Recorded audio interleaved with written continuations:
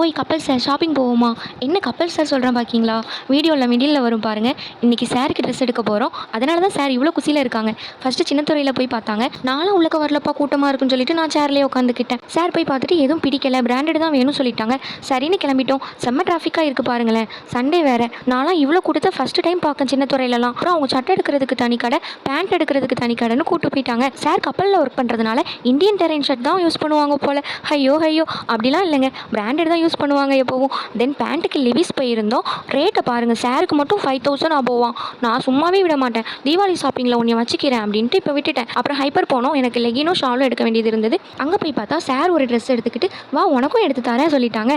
நான் வேற ரொம்ப சந்தோஷமாயிட்டேன். கடைசியில் பார்த்தா நாங்கள் கேட்குற கலர் அங்கே இல்லை. கலர் இருந்தாலும் சைஸ் மேட்ச் ஆகலை. அப்புறம் அங்கே ஒர்க் பண்ணுற அண்ணன் 2 days கழிச்சு வரும், அப்போ நான் கால் பண்ணுறேன்னு சொல்லிட்டு நம்பர் நோட் பண்ணிக்கிட்டாங்க. அப்புறம் டின்னருக்கு அசைவ அரசனில் ரைஸ் வாங்கிட்டு வீட்டுக்கு கிளம்பிட்டோம். 10 o'clock ஆகிட்டு நான் ரொம்ப டயர்ட் ஆகிட்டேன். அடுத்த விளாக்ல பார்க்கலாம். டாடா.